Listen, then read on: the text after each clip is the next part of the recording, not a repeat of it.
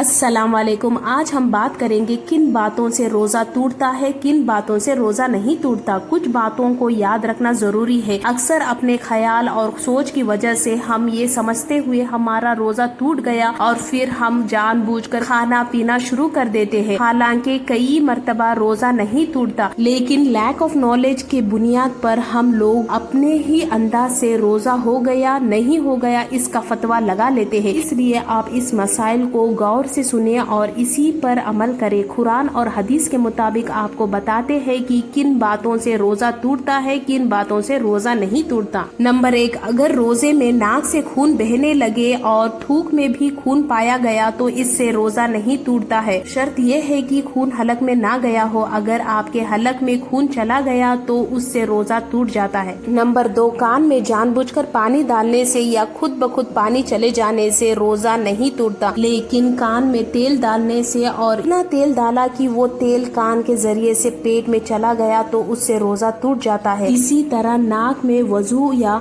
गुस्ल करते वक्त नाक में पानी डालने से रोजा नहीं टूटता। अगर नाक में इतना पानी डाला गया कि वो हलक में चला गया और हलक के जरिए से पेट में उतर गया तो उससे रोजा टूट जाता है। नंबर 3, आँखों में दवा डालने से रोजा नहीं टूटता। अगर दवा की कड़वाहट हलक में महसूस हो तब भी रोजा नहीं टूटता। नंबर 4, वजू या गुस्ल करते वक्त जब हम कुल्ली करते हैं या फिर ऐसे ही कुल्ली करते हैं तो जो मुंह में पानी रह जाता है उसको निगलने का मसला ये है कि अगर आपने अच्छे से कुल्ली करने के बाद अच्छे से 2-3 बार अगर थूक दिया है, फिर जो तारी रह जाती है वो अगर आपने निगल ली तो उससे रोजा नहीं टूटता है। लेकिन अगर आपने जानबूझकर हल्की फुल्की अगर कुल्ली की है और मुंह में पानी आपने जानबूझकर रखा है, फिर आपने वो पानी निगल लिया तो उससे रोजा टूट जाता है। नंबर 5, अगर सर्दी और जुकाम की वजह से अगर हमने नाक सुड़क ली और वो हलक में उतर गई उससे भी रोजा नहीं टूटता है। इसी तरह मुंह की राल अगर हमने निगल ली तो उससे भी रोजा नहीं टूटता है। नंबर 6,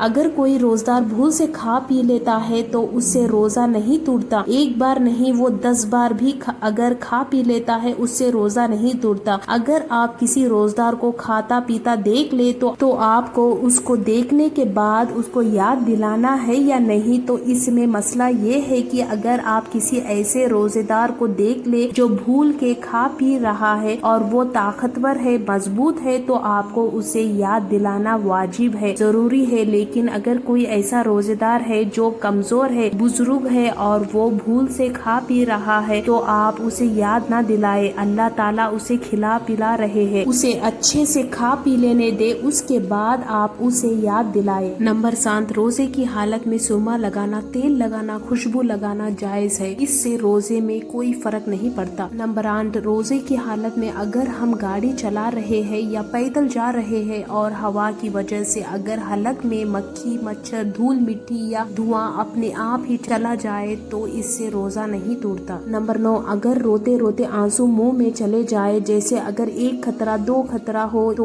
उससे रोजा नहीं टूटता। लेकिन बहुत सारे आंसू अगर मुंह में जमा हो जाए और उसका खारापन अगर मुंह में महसूस हो और अगर कोई बंदा या बंदी उसको निगल जाए तो इससे रोजा टूट जाएगा। इसी तरह से पसीने का भी यही हुक्म है, इसका ख्याल रखें। अल्लाह सुब्हान ताला से दुआ है कि हम सबको रमजान के महीने में नेक अमल करने की और ज्यादा से ज्यादा इबादत करने की तौफीक दे। अगर आपको मेरा वीडियो अच्छा लगे तो इस वीडियो को लाइक करें, अपने दोस्तों तक शेयर करें और मेरे चैनल को सब्सक्राइब करें। अस्सलाम वालेकुम।